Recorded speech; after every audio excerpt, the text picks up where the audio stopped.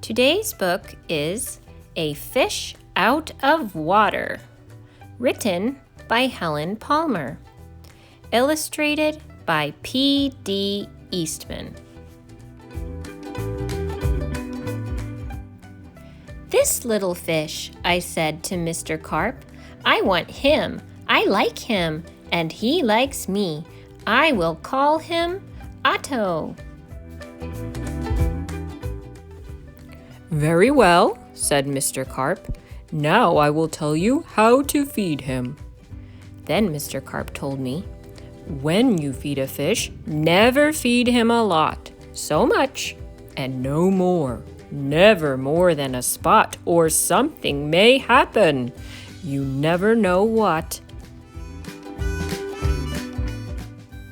Then I took Otto home. I gave him some food. I did not give him much, just one little spot. But this did not make Otto happy. He wanted more food. He had to have more. Poor Otto, he just had to have more. I knew what Mr. Carp had told me. Never feed him a lot. Never more than a spot, or something may happen. You never know what. But I gave Otto all the food in the box. Then something did happen. My little Otto began to grow. I saw him grow. I saw him grow and grow. Soon he was too big for his little fish bowl. There was just one thing to do. I put Otto into the flower bowl. "There, Otto," I said, "this will hold you." But no, the flower bowl did not hold him. Otto went right on growing. This was not funny at all. His tail was growing right out of the top. I grabbed the flower bowl. I ran with it. "Otto," I said, "I know just where to put you. Then you will be all right." I put him in a big pot. But Otto was not all right. I saw him grow some more. Very soon he was too big for the pot. I put him in pot after pot. He was growing so fast. Poor Otto, my poor little fish. Oh, why did I feed him so much? "Otto," I said, "stop growing, please." But Otto could not stop growing. He was growing all the time. Very soon I ran out of pots. Otto had to have water. There was just one thing to do. I did it. I grabbed him. I grabbed him by the tail. I ran with him up to the tub. The tub is big. It can hold lots of water. At last, "There, Otto," I said. "This tub holds my father. This tub holds my mother, so it will hold you." But the tub did not hold him at all. He went right on growing. "Oh, Otto," I said, "what can I do now?" Then, crash! The door went down. Crash! Otto went down. I went down too. Oh, what a ride! Down went the water into the cellar, and down went Otto too. I had to do something fast. I grabbed the phone. I called a policeman. "Help, help," I said. "I fed my fish too much. Mr. Carp told me not to, but I did." "What?" said the policeman. "Mr. Carp told you not to, but you did? Too bad. I will come at once." The policeman came. "My fish went that way," I said. "He is down in the cellar." The policeman ran down with me. "What a fish!" he said. "He is much too big to keep in a cellar. We will have to get him out."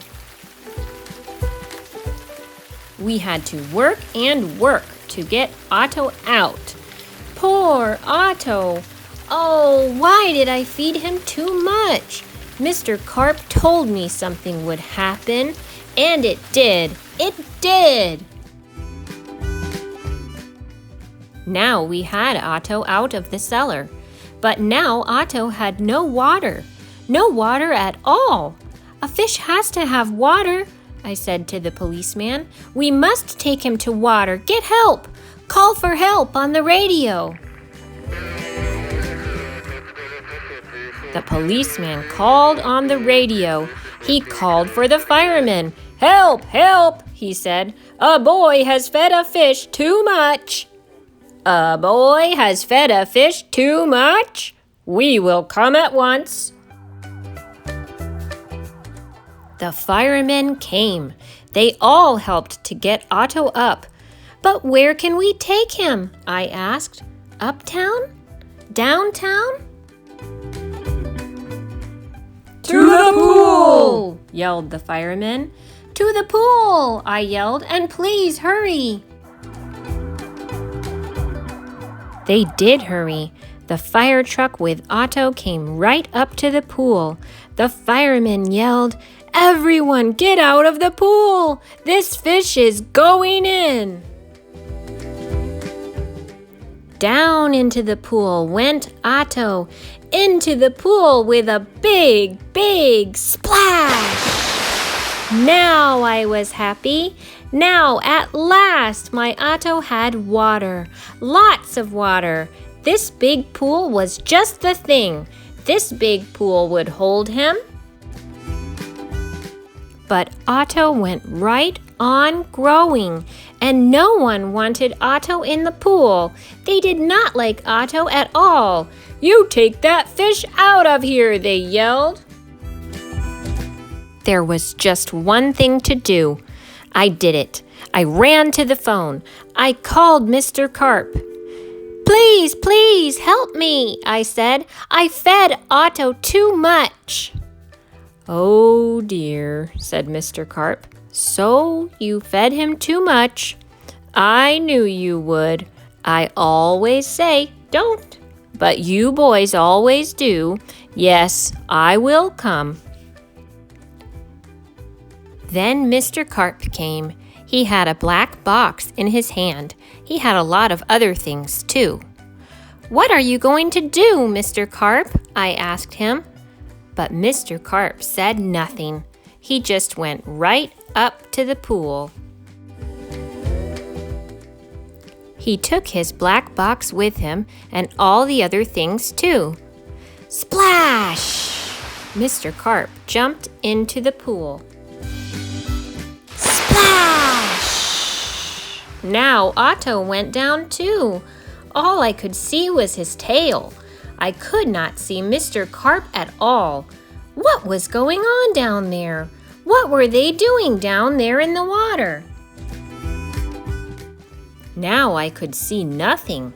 Not Otto, not Mr. Carp, nothing at all. Would I see my Otto again? Would I see Mr. Carp again? "Mr. Carp! Mr. Carp!" I yelled. "What are you doing? Are you all right?" Then up jumped Mr. Carp. In his hand was a little fish bowl. In the bowl was my Otto. Mr. Carp had made him little again. "Don't ask me how I did it," he said, "but here is your fish." "And from now on," said Mr. Carp, "please don't feed him too much. Just so much and no more." Now that is what I always do. Now I feed Otto so much and no more. Never more than a spot, or something may happen. And now I know what. The end.